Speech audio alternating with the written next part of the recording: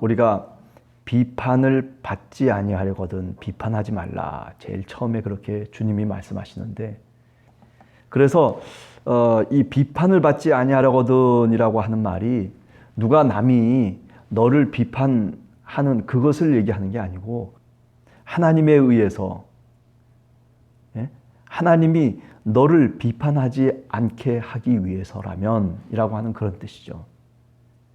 그러니까 하나님에 의해 비판을 받지 아니하려거든 너희는 다른 사람을 어떻게 하지 말라? 비판하지 말라라고 하는 그런, 사실은 신적 수동형이라고 하는 문법적인 맥락이 들어가 있기 때문에 하나님이 개입되고 있는 상황을 의미하고 있는 겁니다. 뭐 누구에 의해서 비판을 받는 거예요? 내가 비판했던 그 자를 통해서 내가 비판을 받는다, 그런 뜻으로 우리가 생각하면 안 되고, 너희가 비판하는 그 비판으로 너희가 누구에 의해서? 하나님에 의해서 비판을 받을 것이다 라고 하는 뜻이에요. 예. 여러분들이 지금까지 알고 있는 것과는 조금 다른 의미를 갖고 있다, 그렇게 아마 혹시 생각할 수도 있을 것입니다. 또 너희가 헤아리는 그 헤아림으로 너희가 헤아림을 받을 것입니다. 하나님으로부터 헤아림을 받을 것이다 라고 하는 그런 뜻이에요. 그러니까 우리가 6장에 쭉 마태복음 6장을 읽으면서도, 그죠? 하나님이 중심적인 그런 역할을 얘기하고 있잖아요. 그죠? 그것처럼 여기 오늘 7장도 하나님이 어떻게 우리에게 가까이 오시고 어떻게 우리를 대해 주시느냐 라고 하는 그런 하나님의 태도가, 하나님의 마음이 지금 7장을 시작하면서 예수님이 제자들에게 가르치시고자 원하시는 핵심적인 내용이다, 이겁니다. 자, 그런데 또 한 가지 우리가 여기서 좀 생각해야 될 것이 있어요. 그것은 뭐냐면 너희가 라고 하는 말이에요.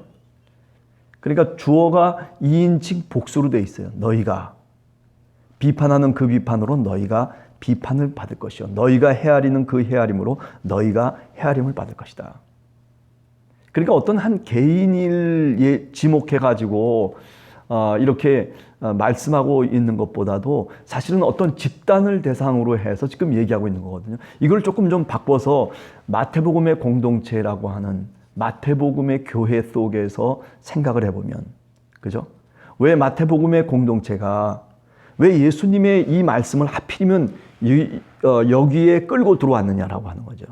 그래서 마태복음을 이야기하고 있는 거거든요. 늘 우리가 산상수훈을 하면서도 제가 마태 공동체라고 하는 말을 늘 사용을 했어요. 여기 너희가라고 하는 말을 그렇게 마태 공동체로 대입할 수도 있겠다라고 하는 거죠. 그러니까 결국 이 이야기는 뭐냐면 한 개인의 문제가 아니라 공동체의 문제였다는 거예요. 예수님이 제자 공동체 또는 예수님이 뭔가 또 다른 공동체를 생각하시면서 말씀하셨던 것을 마태복음의 교회가 끌고 들어와서 예수님의 말씀을 갖고 와서, 그래서 그 당시의 상황 속에 주님의 말씀을 적용하고 있는 거죠.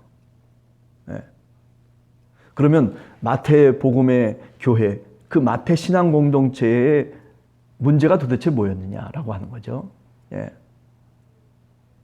비판이라고 하는 것. 그러면 서로 간에 사실은 교회 속에 어떤 문제가 생겼냐면은 서로 간에 정죄하고 서로 간에 비난하는, 손가락질을 네 탓이야 라고 그렇게 버리는 그런 어떤 모습들이 초대교회 또 마태복음의 교회 속에 내재되어 있었다는 겁니다. 우리가 사도행전 같은 데를 보면 우리가 히브리파, 헬라파, 그죠? 사도행전 6장에 들어서면은 구제의 문제 때문에 서로 갈등이 생기고 싸움이 벌어지잖아요. 그래서 사도들이 이것을 중재하기 위해서 결국 어떤 일들을 하게 되냐면 사도들은 말씀 전하는 것과 기도하는 것을 맡고, 그리고 7집사를 뽑아가지고 그래서 재정의 투명성을 제고하는 그런 방식으로 해결을 하잖아요. 지금도 마찬가지입니다. 예수님의 말씀을 이렇게 끌고 들어와서 마태복음 속에 그런 내부적인 갈등이 있는 것들을 주님의 말씀으로 답을 제시하는 거죠. 주님의 말씀으로 그 갈등을 해소시키려고 하는 거예요. 그 갈등의 근본적인 주제는 뭐냐면 바로 비난이에요. 비난. 네. 저는 여기서 오늘 무엇을 우리 함께하는 성도들과 같이 말씀을 묵상하면서 나누려고 하고 또 기도의 제목을 삼으려고 하는 거냐면 바로 비난이에요. 비난. 사람이 별것 아닌 것 같고 그죠? 속이 상할 때가 있어요. 교인들끼리도 별것 아닌 아무것도 아닌 사소한 일인데도 불구하고 마음이 상해가지고 서로 마음이 틀어지고 그래가지고 서로 보기를 싫어하고 나 이제 교회를 떠나야 된다 뭐 어쩐다 뭐 이런 얘기들 우리가 교회를 이렇게 쭉 이루어 오면서 생겨났던 문제들 가운데 하나거든요. 근데 그게 저 옛날 2000년 전에도 교회 속에 그런 문제들이 있었다는 거예요. 친한 것 같아요. 같이 형제고 같이 자매인데 문제는 뭐냐면 자신의 어떤 이해 득실 관계가 딱 앞에 처해지기 시작하면 그때부터 사람들의 생각이 달라지는 거예요. 서로 편이 갈라지고 서로 의견과 주장이 달라지고 그러다 보니까 서로 기분이 상하고 뭐 이렇게 저렇게 하다 보면 마음까지 상처를 입게 되고 실족하게 되고 그래서 더 나아가서 뭐 교회를 떠나가겠다라고 하는 그런 말까지도 서슴지 않고 하게 되는 경우들이 종종 있었단 말씀이죠. 여기 마태 신앙 공동체도 그런 내부적 갈등을 지금 마태복음을 이끌고 있는 그 교회를 이끌고 있는 지도자들이 이 문제를 해결하기 위해서 예수님의 말씀을 끌고 온 거예요. 예수님께서 뭐라고 말씀하셨는가? 비난하지 말라. 그 비난을 통해서 하나님이 너희를 비난할 것이다. 정죄하지 말아라. 서로 간에 정죄하지 말아라. 왜? 예수님께서 말씀하시기를 하나님이 그리하시면은 너희들을 정죄할 것이라고 그렇게 주님이 말씀하셨다는 거죠.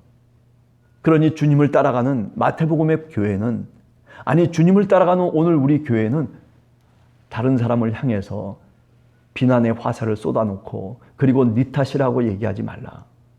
결국 그 모든 문제는 누구의 탓이에요? 네 탓이 아니라 바로 내 탓이다. 네. 그렇기 때문에 어떤 문제가 생기고 어떤 어려움이 생겼을 때에는 어떻게 해야 돼요? 우리가 6장에서 또는 산상수훈에서 우리가 배우듯이 그래서 나를 양보할 줄 알아야 돼요.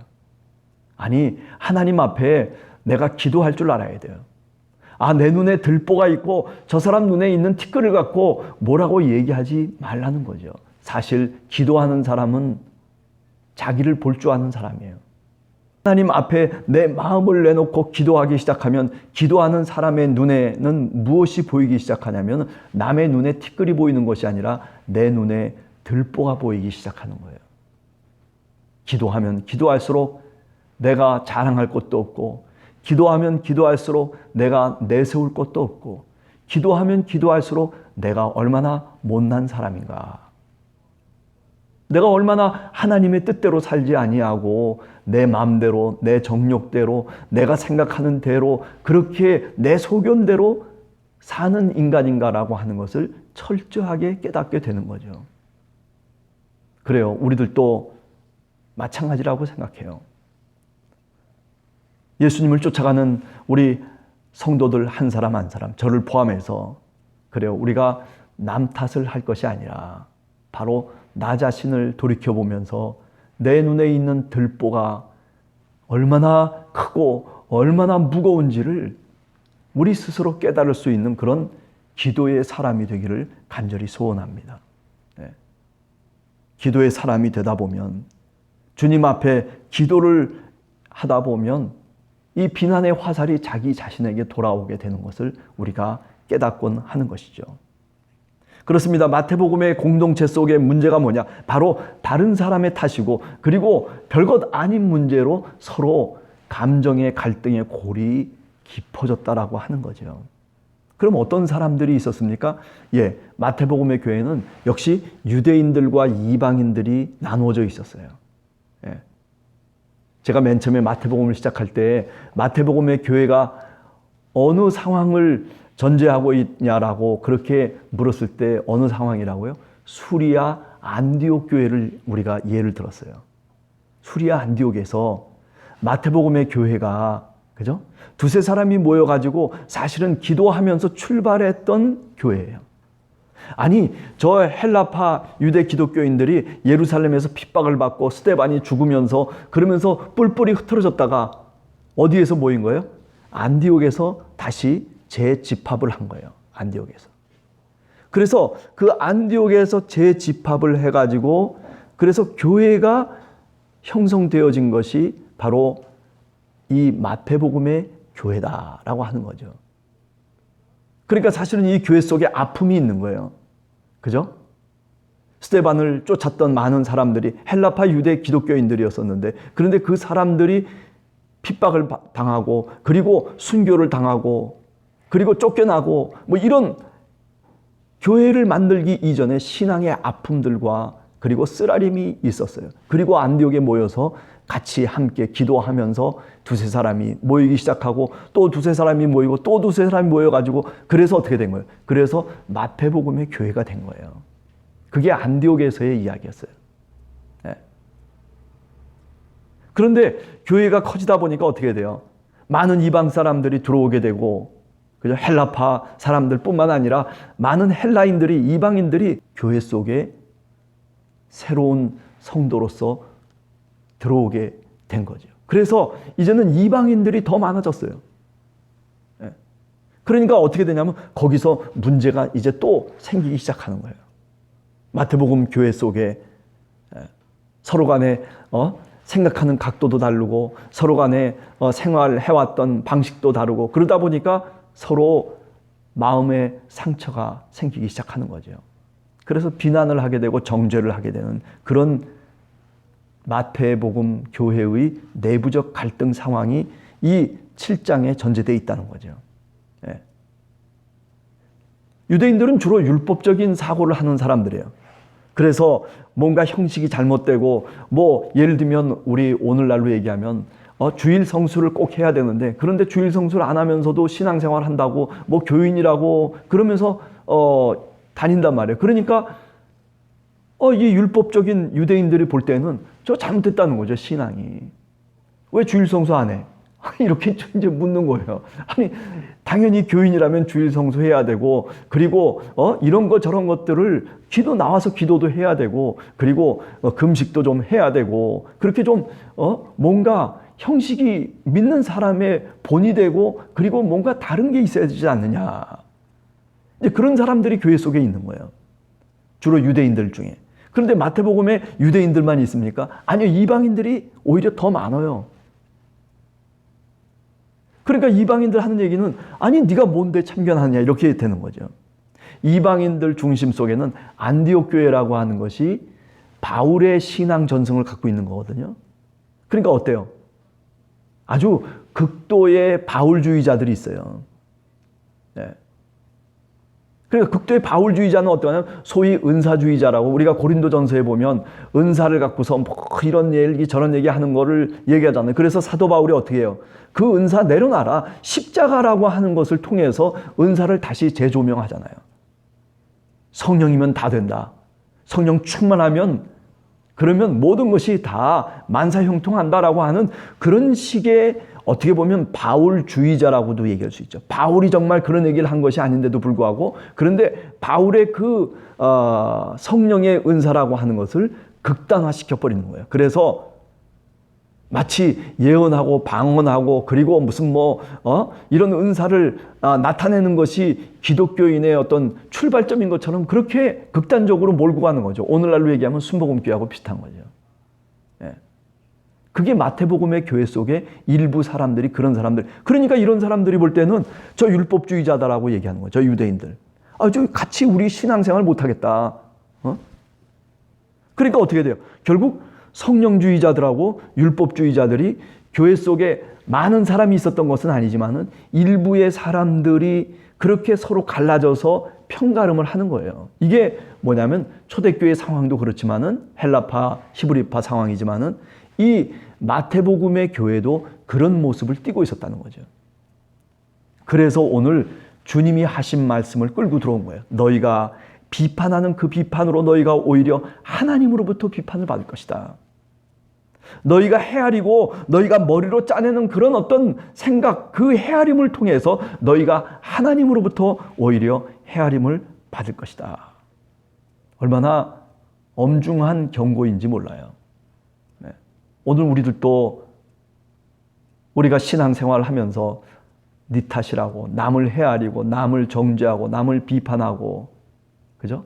부정적인 말을 통해 가지고 사람의 정신을 혼미하게 만들고 하는 이런 모든 것들이 사실은 뭐냐면, 그것을 그렇기 때문에 그 사람 나쁜 사람이다라고 얘기하기 전에 하나님이 그를 정죄하실 것이다라고 하는 말씀을 오늘 7장 1절 이하에서 주님께서 말씀하고 계시다라고 하는 것, 우리가 꼭 기억해야 됩니다. 그렇습니다. 우리가 형제의 눈 속에 있는 티를 갖고 뭐라고 할 이유가 없어요. 기도하는 사람은 아까도 얘기했듯이 뭐예요? 오히려 기도하면 할수록 내 속에 있는 들보를 볼 수밖에 없는 거예요. 그게 기도예요. 따라서 기도를 하고 주님 앞에 무릎을 꿇는다는 것은 하나님의 뜻에 순종한다는 뜻이고, 하나님의 뜻에 순종한다는 것은 결국 내 자신의 속사람을 들여다본다는 거죠.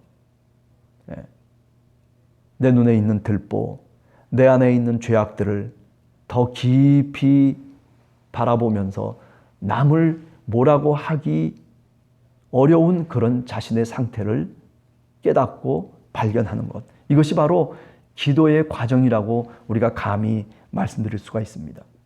따라서 5절에 보면 외식하는 자여, 먼저 네 눈 속의 들보를 빼어내라. 그 후에야 밝히 보고 형제의 눈 속에서 티를 빼리라. 이거는 형제의 눈 속에 있는 티를 빼라는 얘기가 아니에요.